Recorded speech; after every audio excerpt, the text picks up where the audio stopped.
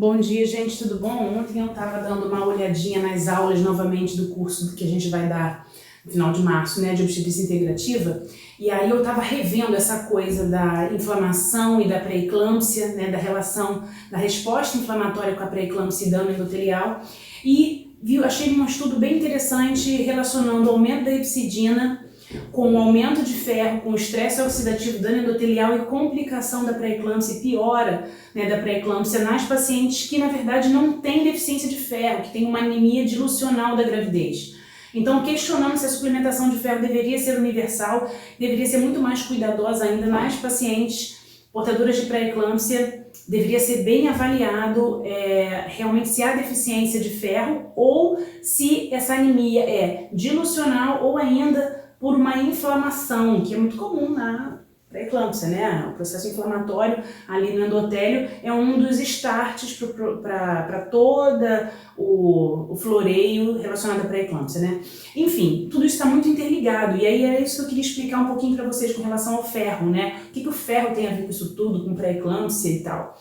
O que acontece é o seguinte, é que a epsidina tem a ver com isso, né? Tem gente que não sabe nem o que é epsidina.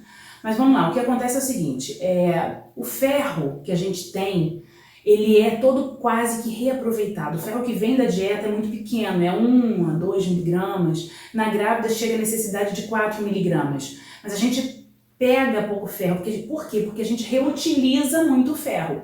Na verdade, todo o ferro que a gente tem é quase que sempre reutilizado pelos macrófagos que comem lá a hemácia velha, as hemácias senescentes, e liberam através do heme o ferro todo novamente. Então a gente reaproveita muita coisa do nosso ferro. Então a gente precisa de uma ingestão de ferro nem tão grande assim. É claro que existem situações que consomem mais ferro, então ele participa de milhares de reações químicas, então existem motivos para a gente ficar com anemia em algumas situações.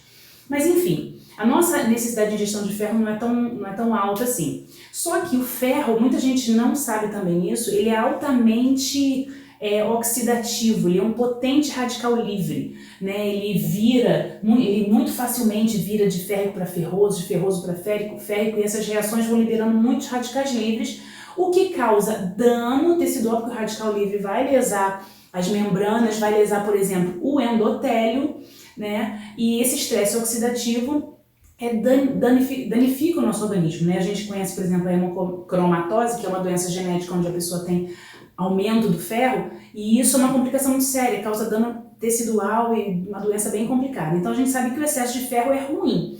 Só que o nosso corpo também não tem um mecanismo de excreção de ferro.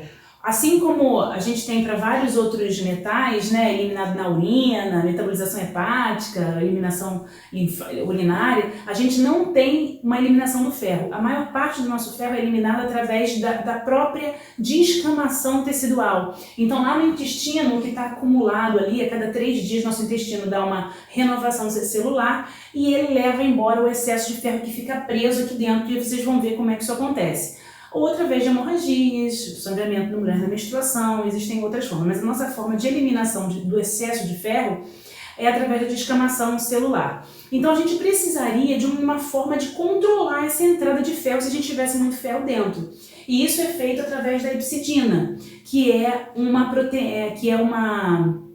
um hormônio peptídico, né, que faz parte dessa regulação do ferro. Então, para dar tempo de ter uma descamação e não ter risco de ter excesso de ferro dentro do organismo. E como é que funciona isso? Então, vamos lá. A primeira coisa que a gente precisa é transformar o ferro férrico em ferroso para ele poder entrar. Aí tem uma proteínazinha que age aqui. Eu vou pular os detalhes, porque isso aí só na aula mesmo para vocês verem.